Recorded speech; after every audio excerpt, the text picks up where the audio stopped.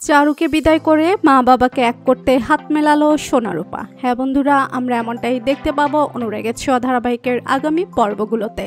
সোনা নিচে নেমে আসে এবং মাকে বলে, মা তোমাকে অনেক ধন্যবাদ, তুমি আমাকে বাঁচিয়েছ।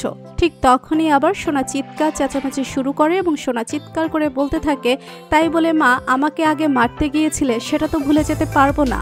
মনে মনে ভাবতে থাকে সোনা, সবাইকে একসাথে পাওয়া আমার আর কখনোই হবে না, তাই আমাকে এভাবেই মাকে দূরে সরাতে হবে। এই বলেই সোনা মায়ের হাত ধরে বলে, মা আমাকে একটা জিনিস দেবে, চলে যাও এখান থেকে, আমাকে আর বাবাকে ছেড়ে তুমি বহু দূরে চলে যাও। দীপা সোনার কথা শুনে খুব কষ্ট পায় ঠিকই, তবে দীপা বুঝতে পারে যে চারুর কথা ভেবেই সোনা কথা বলছে, তাই দীপা রূপার হাত ধরে ওই বাড়ি থেকে বেরিয়ে যায়।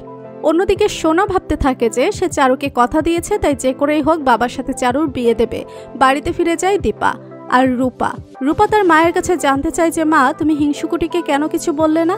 তবে দীপা রূপাকে বলে, ও যা করেছে ঠিক করেছে, আমার মেয়ে অকৃতজ্ঞ নয়। রূপা রুদ্রমূর্তিতে মাকে বলে, তোমার যা করার তুমি সেটা করেছো, এবার রূপার যেটা করার রূপা সেটা করবে।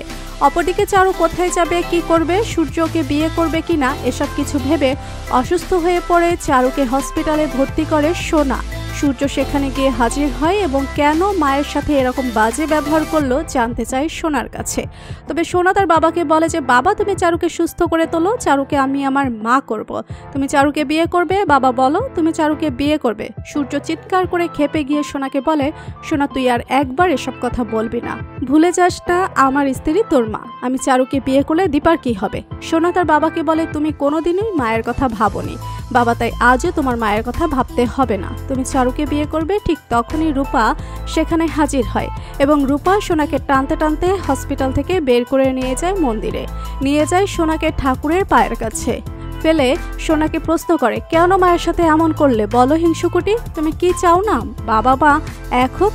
সোনা খুব কাঁদতে থাকে এবং সোনা রূপাকে বলে, আমি চাই মা বাবা এক হোক, কিন্তু চারু যখন অসুস্থ হয়েছিল চারু তখন আমাকে আর বাবাকে দিয়ে প্রতিজ্ঞা করিয়ে নিয়েছিল যাতে আমরা কোনোদিন চারুকে ছেড়ে না যাই, তাই আমি চারুকে ছেড়ে যেতে পারবো না। তবে রূপা সোনাকে বলে, হিংসুকুটি তুমি চাও কিনা মা বাবা এক হোক, যদি চাও তাহলে আমার সাথে হাত মেলাও, আমরা দুবার মিলে এবার আমাদের মা বাবাকে এক করব। সোনা রূপার সাথে হাত মেলায় মা বাবাকে এক করতে। অপরদিকে সূর্য ছুটে যায় দীপার কাছে, দীপাকে বলে সবকিছু ছেড়ে তাকে নিয়ে বহু দূরে চলে যাবে। সে কিন্তু দীপার সন্তানদের কথা ভেবে সূর্যের সাথে যেতে চায় না, বরং সূর্যকে বলে, ডাক্তারবাবু আপনার আর আমার এক হওয়া আর কোনোদিন হবে না, আপনি এখান থেকে চলে যান ডাক্তারবাবু, আমার জীবনে আপনাকে চাই না। সূর্য অভিমান করে ওখান থেকে চলে যায়। তো বন্ধুরা তোমরা এটাই চাও তো যে এবার যেন সোনা আর রূপা দুজন মিলেই মা বাবাকে এক করে, কমেন্ট করে জানাতে ভুলো না। বাংলা ধারাবাহিকের সব আপডেট সবার আগে পেতে এখনই সাবস্ক্রাইব করুন আমাদের চ্যানেলটি। ধন্যবাদ সবাইকে।